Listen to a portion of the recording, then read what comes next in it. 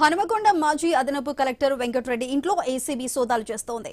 ఏకకాలంలో ఆకస్మిక తనిఖీలు నిర్వహించారు. ఆదాయానికి మించిన ఆస్తుల కేసులో తెలంగాణ వ్యాప్తంగా మొత్తం 10 చోట్ల ఏసీబీ సోదాలు కొనసాగుతున్నాయి.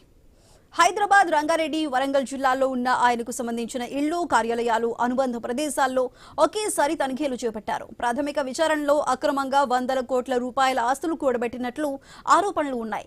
నగదు, కీలక పత్రాలు, స్థిరాస్తుల వివరాలపై అధికారులు సవివరంగా పరిశీలిస్తున్నారు. మంచిరేవుల విలాస్ ఇంట్లో, ఎల్బీ నగర్, రాక్ టౌన్ కాలనీలో సోదాలు జరుపుతున్నారు అధికారులు. ఇన్ఛార్జ్ డీఈఓగా పనిచేస్తున్న సమయంలో స్కూల్ పర్మిషన్ కోసం ₹1,00,000 డిమాండ్ చేయగా 50,000 రూపాయలకు ఒప్పందం కుదుర్చుకున్నాడు. ఈ క్రమంలో డబ్బులు తీసుకుంటూ ఉండగా ఏసీబీ అధికారులు రెడ్ హ్యాండెడ్ గా పట్టుకున్నారని సమాచారం.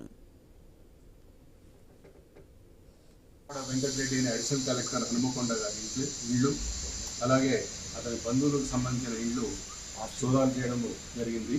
డిసెంబర్ 6వ తారీఖు నాడు ఇతను కలెక్టర్గా అడిషనల్ కలెక్టర్ హనుమకొండ పనిచేస్తూ, అలాగే full additional charge education district education ఆఫీసర్గా ఉండగా ఒక ప్రైవేట్ స్కూల్ సంబంధించినటువంటి లైసెన్స్ రెన్యూల్ చేయటకు 60,000 డిమాండ్ చేస్తూ మాకు రెడ్ హ్యాండెడ్గా పట్టుకోవడం జరిగింది. అదే క్రమంలో అప్పుడు అతన్ని విచారించినప్పుడు కొన్ని అక్రమాస్తులు కలిగినట్టుగా మా నోటీస్కి రావడం జరిగింది. ఇతని మీద ఒక అక్రమాస్తులు కలిగిన కేసు రిజిస్టర్ చేయడం జరిగినట్టుగా గుర్తించాము. దాని తర్వాత ఆ కేసులో ఏసీబీ తరఫున గవర్నమెంట్కి రిపోర్ట్ పంపడం జరిగింది.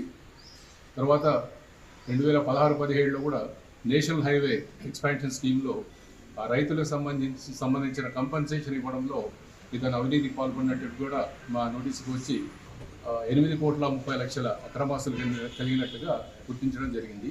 దానిలో మంచిరేవుల విల్లా సుమారు 5-6 కోట్ల వర్త్ విల్లా ఒకటి, అలాగే భువనగిరి దగ్గర ఒక ఫామ్ హౌస్, అంటే మొత్తం ఒక 8 లొకేషన్స్లో ఇప్పుడు సోదాలు నిర్వహిస్తున్నాము. దాదాపు సాయంత్రం అవుతుంది పూర్తిగా తెలిసి.